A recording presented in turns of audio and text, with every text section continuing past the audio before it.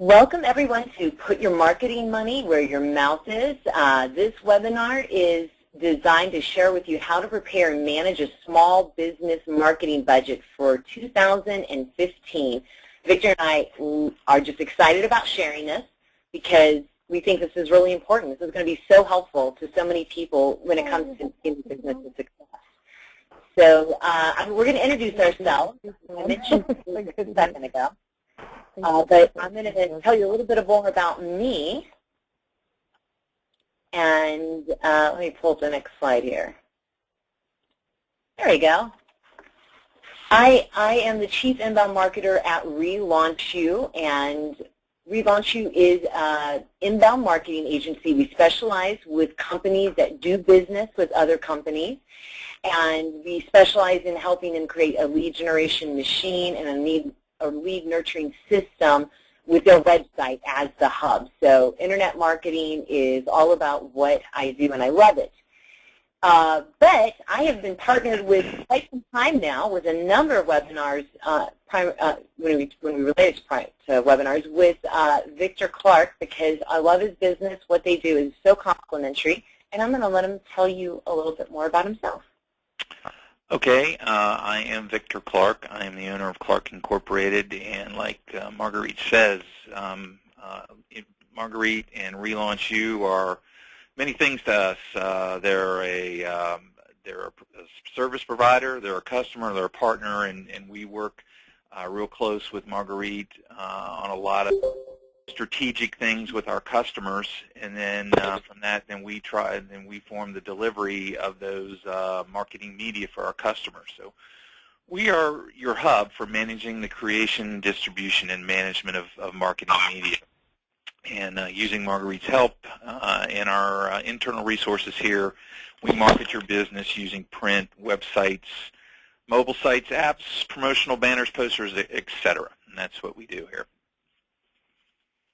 Thank you, Victor. And I just want to say hi to Bill, who just signed on. Thank you so much for joining. We're going to move right into a lovely little quote here that Victor pulled up that I love. Go ahead. I was looking for a quote to get us started here about planning, and I came across this one. Yogi Berra, a great baseball player, but probably just as well known, if not more well known, for his malapropisms that he's quoted on. So, a great American philosopher, Yogi Berra, said, "If you don't know where you are going, you just might get there." Like the picture shows, danger. If you are here, you are lost. You really need to be planning, writing it down, putting it on paper. What you want to do in 2015. As another quote that I didn't pick, but just as good from Yogi, is when you come to a fork in the road, take it. So you just need to be prepared when you come to that fork in the road, which way you're going to go, left or right. Marketing is a lifeline of your business, and what makes your business shrink and grow. And for those who have not set goals, it's important to start thinking about it now. The other thing Marguerite and I want to make sure of is that none of our clients are graduates of the Christopher Columbus School of Business. Are you all familiar? Have you all heard of the Christopher Columbus School of Business? When Columbus left Spain, he didn't know where he was going. When he got to America, he didn't know where he was. And when he got back, he didn't know where he had been. So we want to make sure you are not a graduate of the Christopher Columbus School of Business. Marguerite? Yeah, Victor and I are firm believers of marketing. Obviously, that's why we're in the business, because we know that that's what makes businesses grow, and it's what, if we don't do it, makes businesses shrink. And this is the foundation. This is the launch point. So I love the Christopher Columbus School analogies here. It's just so perfect. Here's what we're going to be covering. We'll go over an overview of how you set goals, because you have to do that before you can do any budgeting. Budget doesn't work without goals. So we're going to talk about, well, what are goals? How do you set them? How do you operate a SWOT analysis, which is a strengths, weaknesses, opportunity, and threats analysis, so you really know where to focus your time and your money. We talk a little bit about how to focus on who you're targeting, and then we go into the design of an action plan, and then how that ties right into the development of a budget. and really what is the long-term picture of what we're trying to accomplish here. So we're going to hit you with a ton of stuff from a fire hose. I hope you're ready. It's going to be good. So kicking it off here with goal setting, there's basically every business has to start with goals. Business goals are how you kick it off. It's what do they want to accomplish? What is the destination? What are we trying to achieve?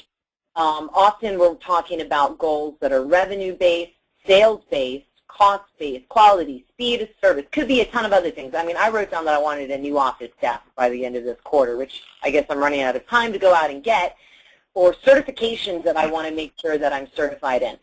These are all very important business goals to me. And from these business goals, particularly in the area of sales, comes our next set of goals, which Victor's going to build on. Yeah, we want to talk a little bit about, particular to this webinar, is we want to talk about our marketing goals and how they support our business goals. And again, a goal is the end toward which an effort is directed. It's your destination. And you want to write these down, put them in writing, put them in a place where you can see them. You know, you don't want a whole bunch of goals. If you set a dozen of them, it's just impossible to track it and keep up with it. So think in terms of creating probably 2 to 3 marketing goals. Then those are supported by objectives, strategy, and tactics. You know, an obvious one somebody may want to do is I want to increase revenue. Another one, I want to increase my profits. Those are pretty obvious ones. You may have some different ones you want to achieve, but one maybe you haven't thought about that I really want you to think about when you write these 2 to 3 goals for 2015 is I want you to consider one to be what I call a BHAG, B-H-A-G, BHAG, a big, hairy, audacious goal. Something that's a stretch for you to reach. The first 2 definitely need to be achievable, and make that BHAG something that's a stretch when you get it and you say, man, I can really pat myself on the back that I did something here. That's great. So if we're moving from marketing goals, just like Victor was saying, we have to move into what are our specific objectives. Oops, I'm sorry about all this stuff popping up here. I should have turned it off first. Objectives come from your goals. It's a measure of change in order to achieve the goal that we've set. So we want to get 20 leads a month. We want 500 visitors to my website. I want a 2% conversion rate on my website. Those are the goals. How are we going to get there? Is it blogging? Is it a direct mail campaign? Are we going to do some email marketing? Are we going to hire pay-per-click? Once we know those objectives, then we can actually design the strategy. 2 direct mail campaigns using this certain coupon. We're going to attend the XYZ trade show. There's more involved here, but these are just examples of how we move from goal to objective to strategy. But this is not complete here. There is one more thing that must be done, and I'm sure you've heard of this before, but we have to visit it again. You have to make them smart. Now, why make them smart? If you write SMART goals, then it becomes undeniably clear about what needs to be accomplished. Maybe in your head, when you write them, you already kind of know what you want to have done, where you're going, but your partner may not, your boss may not, or vice versa, your employees or your vendors. When you have very clear goals, there's no question about exactly what we're considering. Increased website traffic is not specific, and it's not measurable. Increased website traffic from social media, 50%, is specific and it's measurable. It also lets you recognize successes and challenges, and it helps you create priorities and boundaries around your marketing activities so you don't get lost on these rabbit trails that seem really fun, and let's go make another Facebook page when really that's not part of our goal here, for example. I'm going to let Victor explain the rest of these to you guys just to make sure that we're all on the same page. Yeah, we'll go over this real quick because probably I'm sure most everybody is familiar with SMART goals and the acronym, but Marguerite and I thought it would be helpful to touch on this real quickly before we get into how to use some of the tools we've provided to you, the spreadsheet and the form for filling out your goals and objectives. So SMART goals, S-M-A-R-T, specific. S stands for specific. That's the who, what, when, where, and why. Be as specific as possible when you're putting those down. Avoid anybody, somebody, someone, something that's just not specific enough. So who's going to be in charge of it? What are they going to do? When are they going to finish it? Where are they going to accomplish it? And why are they doing this? Make sure the goals are specific, measurable. How much? How many? When will the goal be accomplished? Typically, this is expressed in dollar signs and percentages, numbers, dates, those sort of things, so you can measure it. A is for achievable, attitudes, abilities, skills, financial ability. Make sure that you have the right people on the bus to help you with this, and make sure you have the right people in the right seats on that bus. Make sure that they have the right attitude, the ability, and the skills to meet the goals, tactics, objectives that you've set for them, and do you have the money to pull it off? Are these goals realistic? Are you willing to, as Vince Lombardi said, are you willing to pay the price? Are you willing to do what you have to do to be able to work towards achieving these SMART goals? And then finally, make it timely. Set a time frame. You need to create a sense of urgency to get these goals accomplished. All right, super. Especially with the realistic stuff, I think a lot of people have questions about that. How do I know my goals are realistic? Either you have to look at past performance, or if you don't have that available, then you need to look at industry standards. What is your standard email open rate? What is the standard conversion rate on conversion percentage on a website? And then work from there. Working with, I would suggest, like the easiest or most likely kind of numbers. Don't set any sort of high-end results expecting that. Make it as easy as possible to accomplish. Now, before you go into writing your marketing objectives, I highly recommend doing a SWOT analysis. You've got your goals in place, okay? You know your marketing goals are to do all these things with number of leads and so forth that you want to bring into your business. But before you can really finalize your objectives, you got to take a look. What are we really strong at? In this example here, I've just popped in some examples. We've got a contact database. That's really strong. We've got a good database. It's full of qualified people to market to. They like opening our emails. Okay, that's a great strength.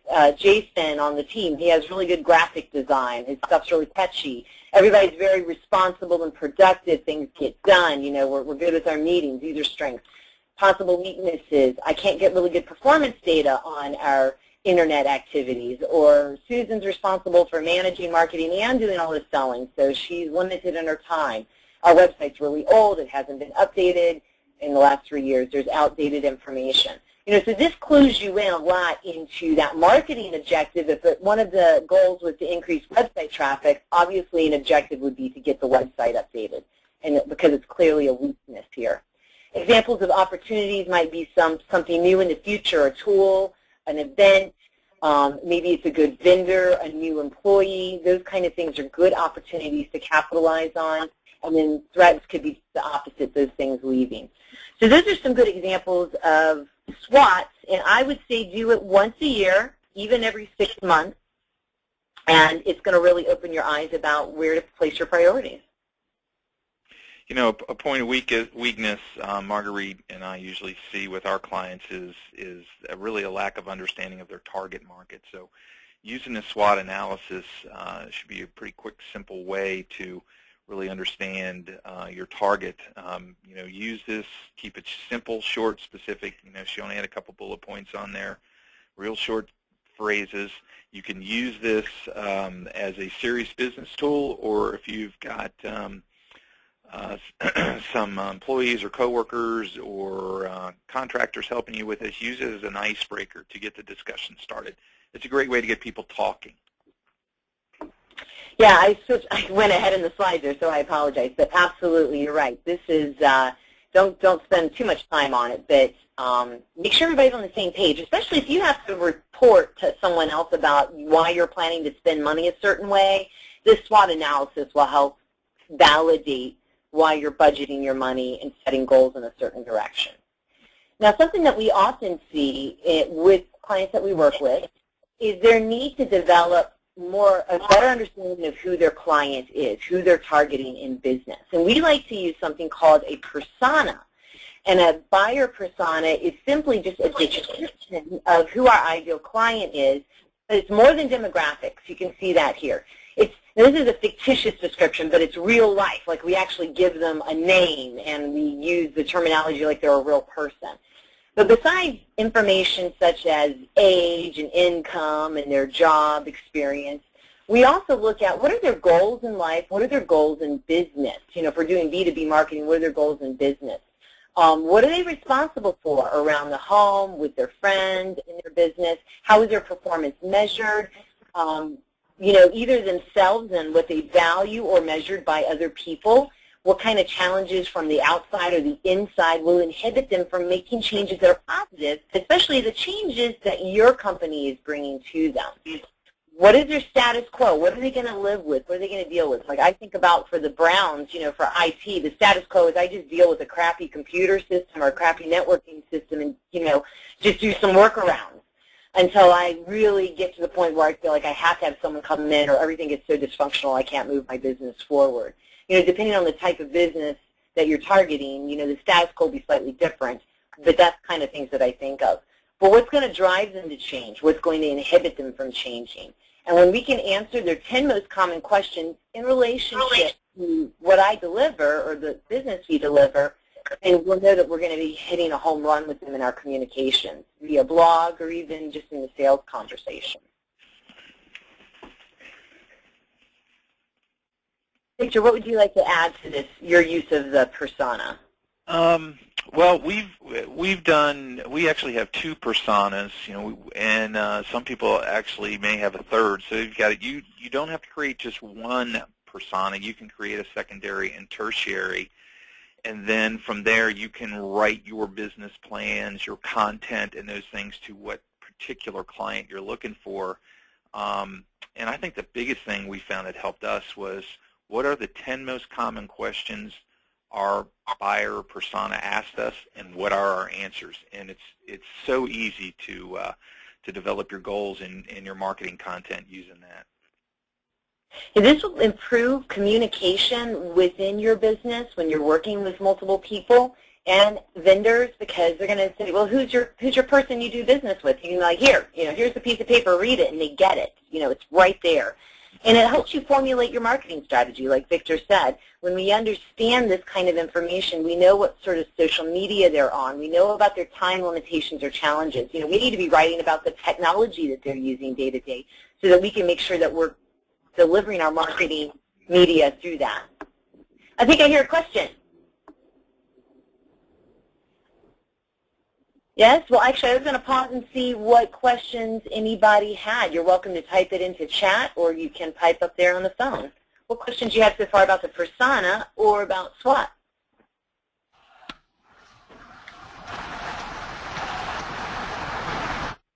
Is that a jet flying over your house again? Well,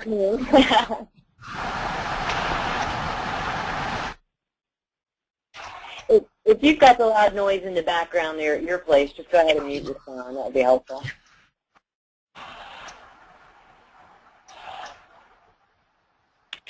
All right, well, we're going to move forward then with what we're sharing here. And Victor's going to talk about that goal-setting sheet. Yeah, let's talk about the goal-setting sheet. And when you registered for the webinar, you should have received a copy of this Word document in addition to the spreadsheet for the budget calculator.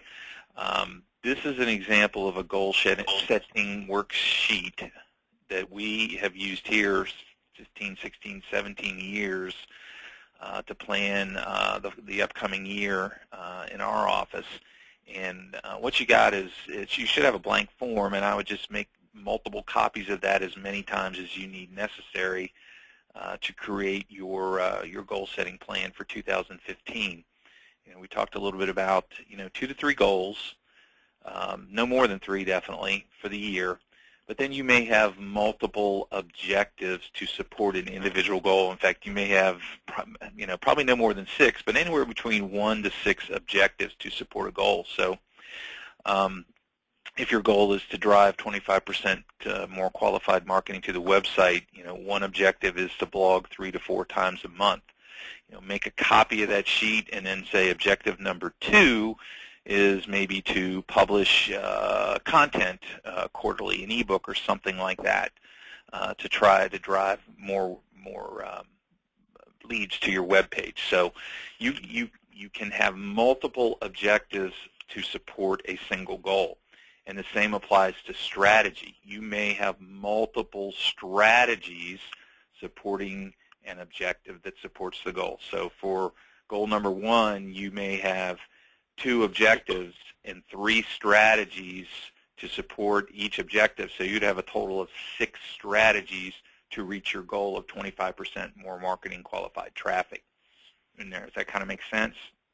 This kind of, look at it as a decision branch. It keeps branching out as you go a little deeper. So it's like a pyramid. At the top is your goal, and then it branches out to a wider base of objectives and strategies. So let's take a look at this as how this applies to SMART goals. Is this specific? Yeah, our objective and our strategy is pretty specific. We're gonna blog 3 to 4 times a month, and we're going to drive 25% more traffic. Is it measurable? Well, we've got some boxes in there, some cells to fill in, 4 places for measurements. Sometimes you may have only 1 measurement. Sometimes it may be do or do not. Sometimes you may have 4 measurements in there of ways to track your success to achieving those strategies and objectives. And then is it realistic? Well, yeah, it's realistic because we got some responsibilities here. We're going to name the person that is responsible for achieving this strategy and objective. In this particular instance, Margarita is a small business owner. She assigned herself as a responsible person and also the person to handle the action steps. But it doesn't necessarily have to be the same person who is responsible and the same person who is assigned to achieving these action steps. You see, most of us I think, are small businesses in this, so likely the business owner is going to be the responsible person. Like myself, I'm the responsible person, but I don't necessarily have to do all the actions myself. I can assign them to coworkers. Heck, Marguerite's going to get a couple action steps on my 2015 business plan. She just doesn't know it yet that I'm writing. But the responsible person has the monkey on their back to make sure the individuals assigned to the action steps make it happen. So it is realistic. Is it timely? Yeah, we got a place we're going to start, and we got a date we're going to stop. We're setting hard dates, hard stop date, and then is it achievable? Have we looked at all the things that may get in our way of achieving this goal, and what kind of roadblocks are we going to have to get over? And we've got places down there to fill in any potential roadblocks to achieving this strategy. And then, Marguerite, if you go to the next slide, it kind of gives an example of, if you take a look at the responsible person and then the assignments, it'll just kind of give you a different example of how she's done this. She's still the responsible person of driving that website traffic, but one of the action steps, or 2 of the action steps rather, she's assigned to Jamar to help her with. Does that?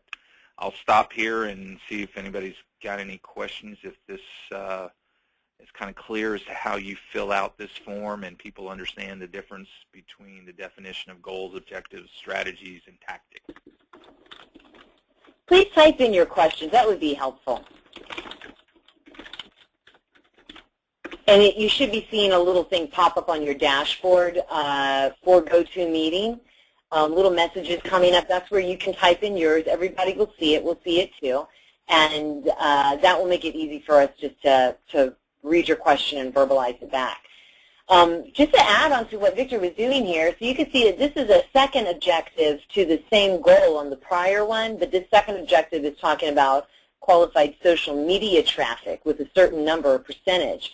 And then the strategy is to use to build connections with targeted prospects. We have a list of vendor services that I'm targeting, vendor companies in the training industry that I'm targeting, and so I'm using that to build my social media. I'm going out there and integrate and connecting with people on Twitter and LinkedIn in a very specific way so that they can see exposure to what content I offer on that media, and that would drive them to the website.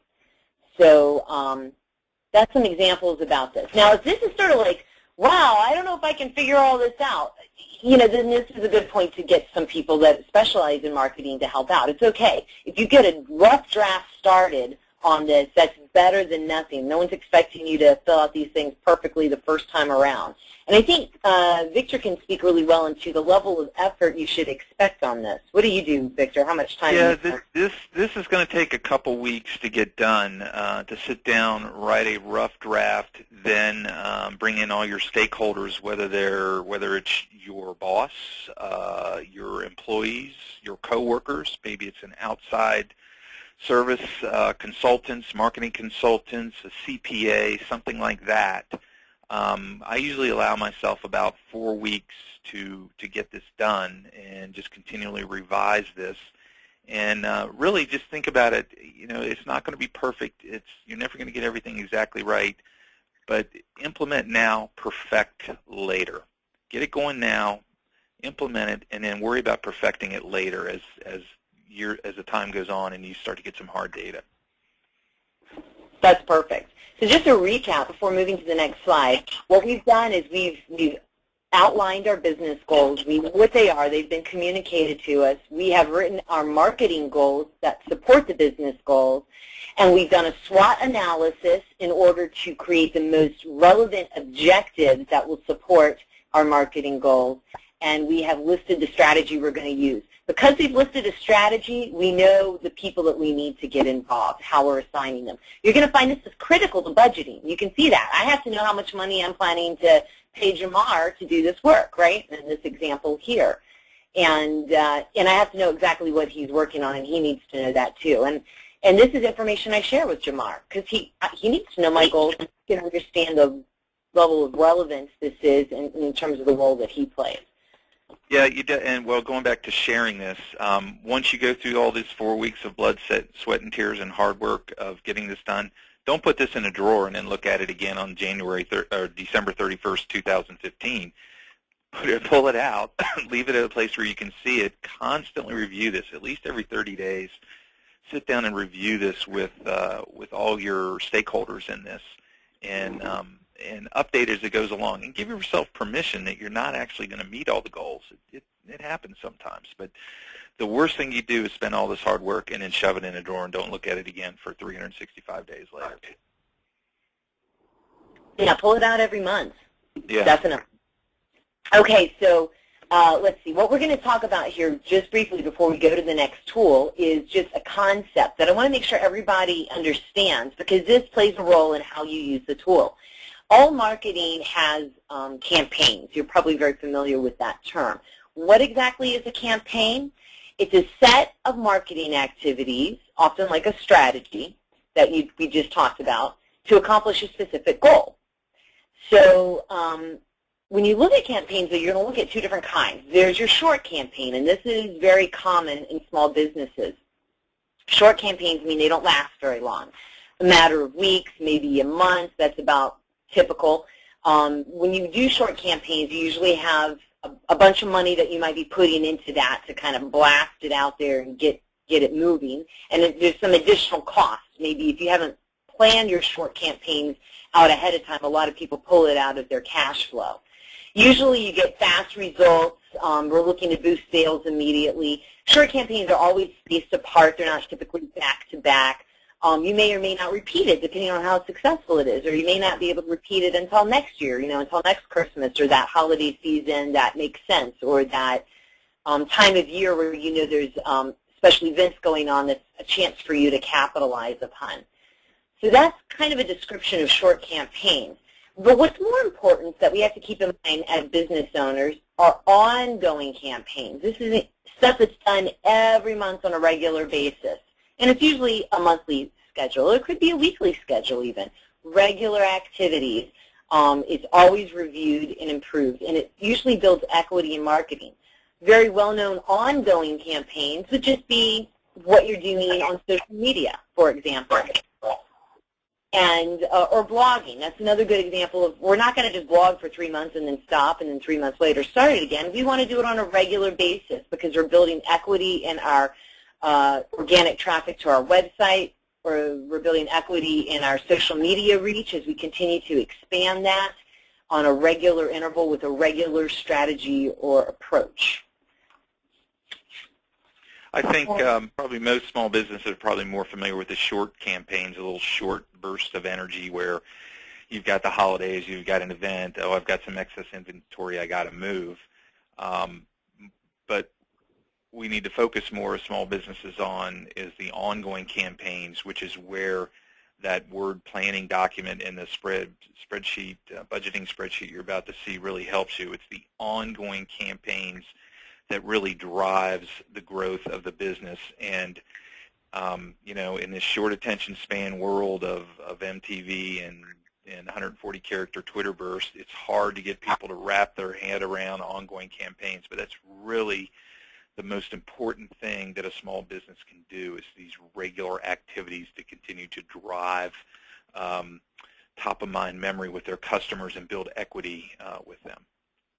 Yeah, as you're building your strategy, you know, on that worksheet that we just looked at, look to see which ones are short campaigns and which one are ongoing, and where is the balance in that. That makes sense for our business.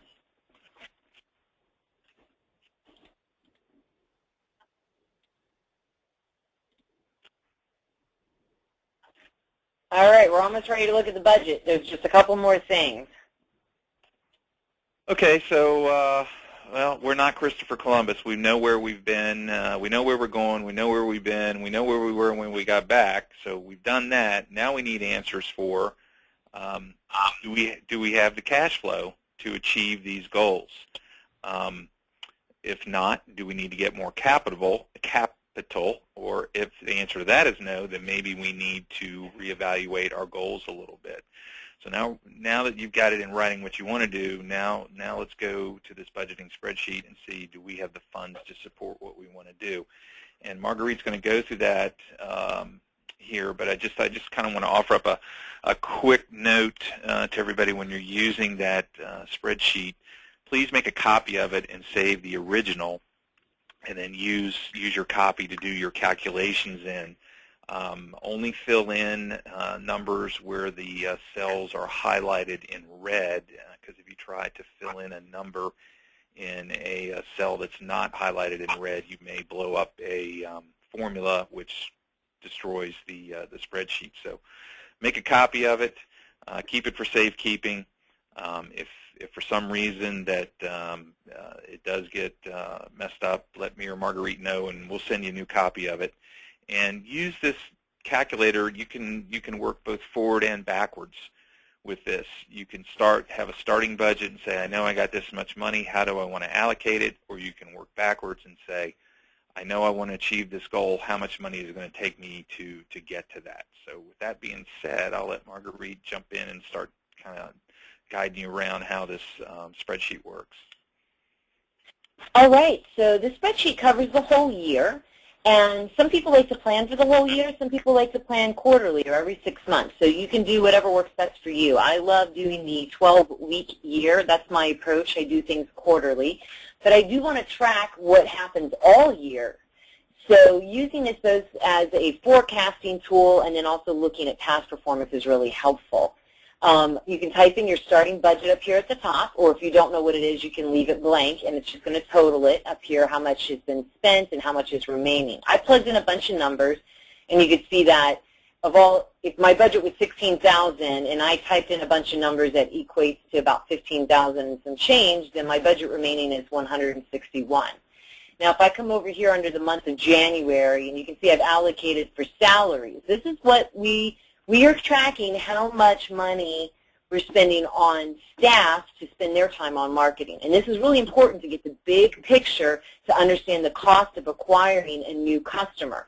We don't want to just track, you know, the standard marketing stuff that we spend money on, that we think of, like our website or on a direct mail campaign. Those are all important, but we also need to know our time. If you're a business owner involved in marketing, your salary needs to be up there based on how much time you believe you're going to be spending working on the marketing, and any other employees. And just to show you an example here, I did on another tab of the spreadsheet, just some rough numbers. I pretend like here there's Mary. She makes $35,000 annually as a salary, and she spends 45% of her time on the job with marketing. So I estimate over the year about $15,000 of her salary goes towards marketing efforts. And then JoJo and Jamar are different. They've got an hourly rate and the estimate number of hours each month. So I added up before taxes, and I get a per month expense when it comes to the salary that I type in here. And you can see we can add benefits, payroll taxes. There's a lot of other items that may or may not be relevant to you. Just leave it blank. You can make it 0. Bonuses are good to track if you're creating incentives for people to go out there and draw in leads, for example, or other miscellaneous expenses. But as I fill in this as a budget, let's say January, this is all just budget information. I'm going to come back in February, and I'm going to type in the real numbers that actually happened. So I've got an ongoing understanding of how much I'm going into the red on my budget or how much I have that I can flex with, in the future months that are upcoming. So I've chatted a little bit about staff. Market research, I love that this is in here because a lot of small businesses don't always take the time to really understand the marketplace. Important, of course, when they first start out, a lot of people will put some research into understanding the size of the market around them and the people they're targeting and their competition and substitute products and pricing and competitive marketing tactics, all that kind of stuff. We really need to do that every year. We have to be doing research every year. Things change. The market changes. Is it growing? Is it shrinking? Are consumer expectations changing? Are there more options available than there were beforehand? Or is that what they want? So what about the channel that I'm delivering these services or products? Does that need to be improved? That's why you want to put in some time here if you're doing the research or if you're hiring a vendor to do that, and make that part of your annual budget. Now, Victor's going to touch on here communications and customer growth. Yeah, this is the marketing communications. It's really the media that you're going to be using.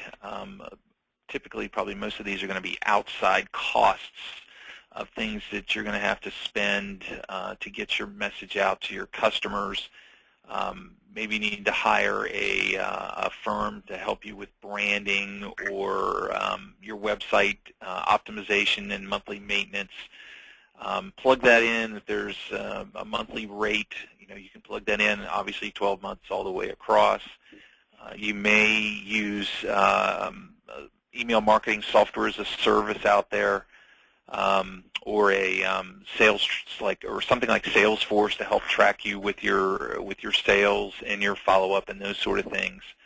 And then things we're all familiar with: print, brochures, flyers, posters, collateral like promotional items you may do for a trade show. Under events, you could have that would be where trade shows would be for booth rental, and don't forget to plug in hotel and travel and food and all that. And if you're creating some videos, you may need some help. And if you hire somebody with your social media too, obviously you may not do all these, like Marguerite said, leave them blank, or maybe you can go into these cells and retype the descriptions there too, if there's a description that makes more sense to you and what you're doing. Yeah, so feel free to edit this spreadsheet with the subject matter over here on the left. Definitely do that. And we recommend keeping all the numbers here as 0 if you're not going to apply something to that. The other items down here that you can track is internal customer growth and retention. It's good to track those numbers separately so that you can budget money towards that separately. Maybe 25% of your marketing budget goes towards customer growth and retention. Building, increasing the number of sales with current customers and keeping them around longer. So you could put in the number, you can revise what's written on here, customer loyalty scheme, for example, with some sort of program that we have that keeps people coming back, how much we're putting into that.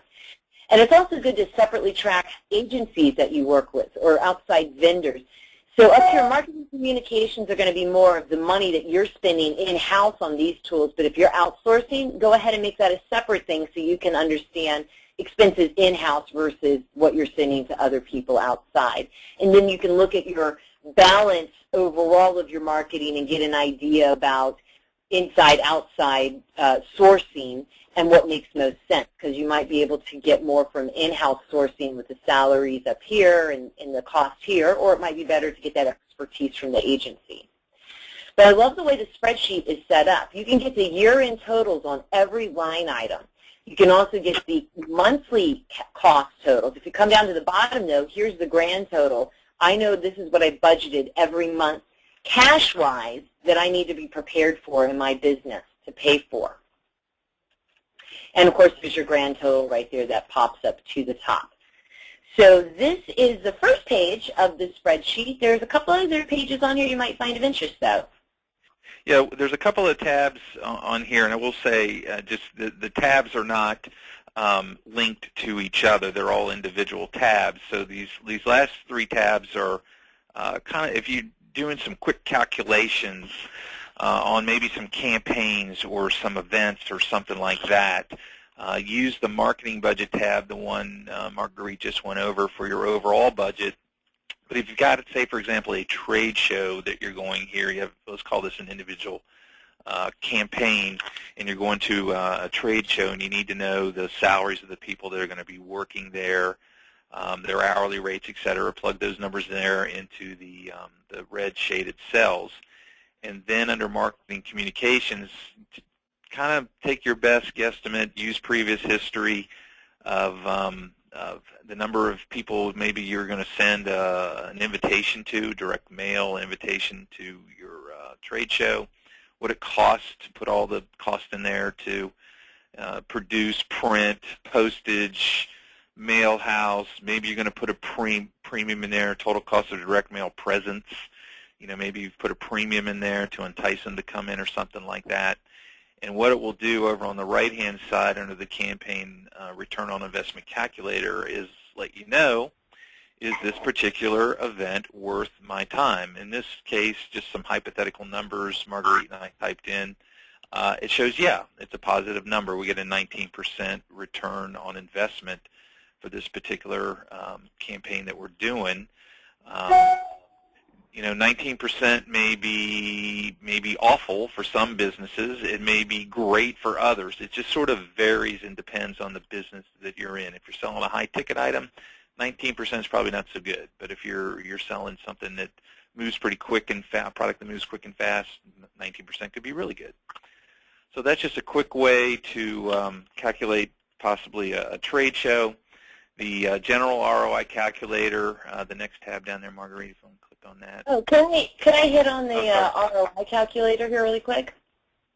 This is great because this is total cost. It's important to add in what you expect your response rate will be to the marketing, and then what you expect the conversion rate to a sale will be, because there's two steps. You're out there and you're at the trade show, let's say, and we expect 10% of the people to stop by, which is really 10 people, just for kicks here. And we're estimating that cost per response, and that's calculated for us based on all that we're putting into it. It's going to be like $21 a person that's coming to this trade show. That's what that stops by our booth. And if we believe 25% of them will convert into a sale, which is just 3 people, the cost per conversion is $84. And then we can add in average profit or surplus made on that sale, and that how gives us our total profit minus the cost of the campaign, and that gives us our ROI. So do plug in the numbers for the event costs, your communications, and your people, and then lastly come over here and get your percentages in that you expect for people to convert on your marketing and then to a sale to really get this number. I love how you can do this to give you an idea of going to that trade show or doing direct mail campaigns worth the effort.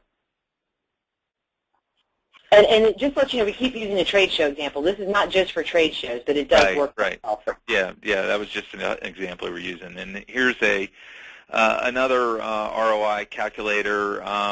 You know, maybe you use this for a direct mail campaign, for example, or I'm going to print out some rack cards to put out at the local chambers of commerce. You know, how much am I going to get my money back? And again, the calculator works the same way, just another little quick way to calculate it, get your return on investment. Marguerite went through about your expected response rate and conversion rate. You know, use your best guesstimate, best judgment to put those percentages in as accurately as you can to see whether it makes sense to go out and print a couple thousand rack cards to put out in the local chambers of commerce or visitor centers or those sort of things, to see if you do get business out of it that covers the cost and expense of you producing those rack cards. And if you don't know what those numbers may look like, certainly the provider of the print services, maybe even the person providing the list, if you're buying a list or renting it, they can give you some ideas. No one can make any promises because every vertical in business, every type of industry has sort of a different response rate, and it depends highly on what it is that you're actually sending out in the mail. You know, the kind of information that you're sending them, that makes a big, big difference. So I think that's a whole nother webinar we did on direct mail of what makes it work and what doesn't work. Yeah, exactly. Yeah, we'll do that one again soon. Yeah, and then finally, return on assets. If this is more applicable if you were a manufacturer, let's say to complete a campaign, you needed to go out and invest in a fairly hefty piece of equipment. You know, if you're just buying like a laser printer or something for $1,000, this probably isn't really applicable. But if you need to go out and buy a wide format plotter or something to produce some posters that cost tens of thousands of dollars, if you're going to, it's a good way to determine, is it worth it for me to go buy the equipment myself or just continue to outsource it to somebody who already owns that equipment, to figure your return on assets. And again, the higher dollar value of the assets, the higher percentage you want to get return on it, because you want to get your money back as quick as possible. That is our summary here on how to use this spreadsheet. I'm sure that we haven't answered all your questions, so you are definitely welcome to type those in, and we will come back to that. We want to make sure that you feel confident enough to walk away and use this in a manner that is profitable for your business. So please do let us know.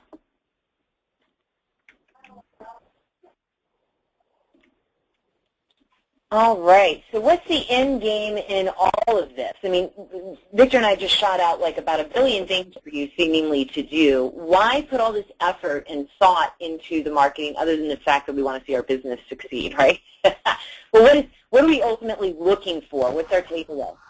We are looking for how much does it cost you to gain a new client or customer. That is an important number for you to track because it's not about how much money am I spending this month on marketing? Oh my gosh, it seems like I'm spending a lot, or really I'm not spending any. I mean, what is the right number? Well, there's no specific answer. Every business is different, but I can give you some guidelines. And one of them that's the most important is every year is your cost to acquire a customer going down, because economies of scale should be kicking in. If we know that we have strategies that work and we have objectives that are reasonable and we're able to repeat these every year, then we should be able to do that and it costs us less because we know the system and we know the tools, and often tools and systems have an upfront cost to them, and then the more you use it, the less expensive it is. So what is it costing you? And then how quickly are you going to gain back your money with each customer? You know, if it's going to take us just a month to get our money back or one sale, that's great. Some large corporations that do large transactions business to business, they'll even say up to a year is totally acceptable that it takes for them to get all their money back on the expense that it costs them to get that client. But they know they're going to have that client for 5 years, and it's a great the other 4 years, so it's worth it. So you need to know how quickly. If you get back your money really, really quick, in general, that might be a clue that you could put more money into gaining new customers. And it's okay to increase your cost of acquiring a customer because you'll get more customers in the long run. The money works out. If it's taking you too long to get your money back, if maybe 3 or 4 months is too long for you, it means you might be creating a little bit too much risk in investing your money that way, because what if the customer doesn't stick around long enough for you to get all your money back that you've invested up to that point? So these are some numbers just to kind of play with back and forth. Another thing is, what is the relative cost of a client to acquire them to the lifetime value? You know, I average $800 or $900 a new client for me for every new client that I onboard. That's about how much money I spend in marketing. But the lifetime value is worth it. That seems like a lot of money, but not in the long run, because the way I do business with the relationships and their willingness to work with me, how much how much I charge, I get back within a very reasonable time period. So with these numbers in mind, your goals and objectives for each year become very clear. We look at last year, what we spent to acquire a new customer. We know this year we want to decrease it. And then we go through that whole strategy and objectives and looking at our numbers of our budget last year and figure out where can we pump it up and where can we shave it back. Yes, any thoughts to add to that, Victor? Nope, I think you've done a fine job there. All right, well, just one other thing, too, talking about situations. One situation is that you could be a new company, and you have to really know how much capital you need in your business to make it profitable. I see a lot of great businesses that when they go out of business, you kind of wonder, like, well, what happened? That was, it was a good restaurant. I enjoyed eating there, but they're not around 2 months later, or a store. It's very likely the cause is just not enough money was invested or planned to be invested in acquiring the customer base that was necessary over the length of time. If you can look as a new business at other comparable businesses out there, see how long it took them to get to being profitable. It might mean that you have to network to get to know the business, but other owners so you can get that information, but that's good to know. Is it going to take me a year to get the client base? Is it going to take me 2 years? Okay.